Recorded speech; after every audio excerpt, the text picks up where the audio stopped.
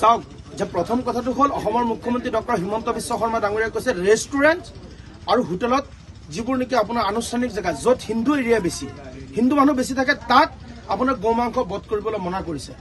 আজি ৰূপহীত যিটো ঘটনা হ'ল চালো যে ৰূপহীৰ যিটো গৰু বজাৰ আছিলে গৰু বজাৰৰ একদম ভিতৰৰ গলিত এজন ব্যক্তিয়ে তাত আপোনাৰ সৰুকে হোটেল দি পেলাই জীৱিকা নিৰ্বাহ কৰি আছে, নিজৰ ল'ৰা ছোৱালীক শিক্ষা দি আছে, নিজৰ ঘৰটো পোহপাল দি আছে। সেই ব্যক্তিজন মুজিবুৰ ৰহমান নামৰ ব্যক্তি এজনক তাৰ পৰা এৰেষ্ট কৰি আনি পেলাই এতিয়াও আপোনাৰ ৰূপহী থানাত বহাই ৰাখিছে। মানুহজনৰ ওপৰত এটা অন্যায় অত্যাচাৰ আৰম্ভ হৈ গৈছে। গতিকে মুছলমান এৰিয়াত যদি খায় অসমৰ মুখ্যমন্ত্ৰীৰ কথাৰ লগত কৰ্মৰ লগত কোনো ধৰণে মিল নাইকিয়া। যিবোৰ আপোনাৰ মুছলমান এৰিয়া আছে তাত কোনোবাই মাংস বিক্ৰী কৰি আছে তাৰ পৰা এৰেষ্ট কৰাৰ মতলব কি? তাৰ মানে কি অসমৰ মুখ্যমন্ত্ৰীয়ে কি এই গো মাংস কটা মাংস ৰান্ধা মাংস বিক্ৰী কৰা কিবা চিণ্ডিকেট চলাবলৈ বিচাৰি আছে নেকি? গতিকে মই ধিক্কাৰ আৰু গৰিহণা দিছো। অনতি পলমে মুজিবুৰ ৰহমান নামৰ ব্যক্তিজনক এৰেষ্ট কৰিছে, অনতি পলমে এৰি দিব লাগে, অন্যথা আমি ৰাজপথ অৱৰোধ কৰি পেলাই আমি প্ৰতিবাদ কৰিম।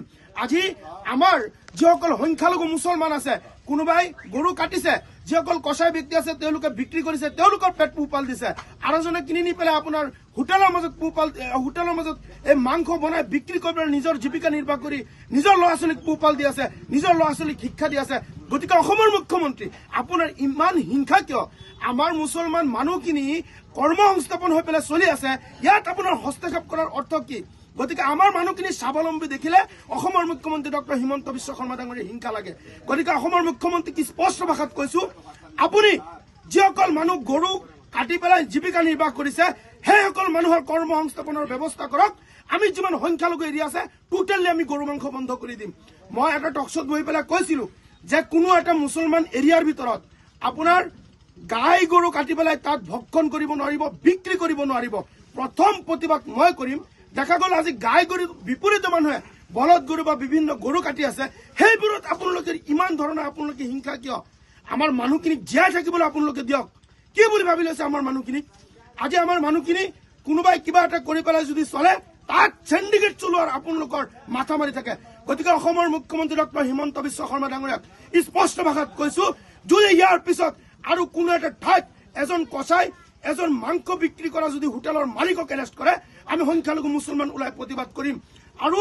আৰু মই কৈ আছো কোন কোন থানাৰ পুলিচ কোন কোন আউটপোষ্টৰ পুলিচে টকাৰ বিনিময়ত মাংস বিক্ৰী কৰিব দিয়ে গোটেইকেইটা মই তথ্য আনি পেলাই এওঁলোকক মই ফচাম।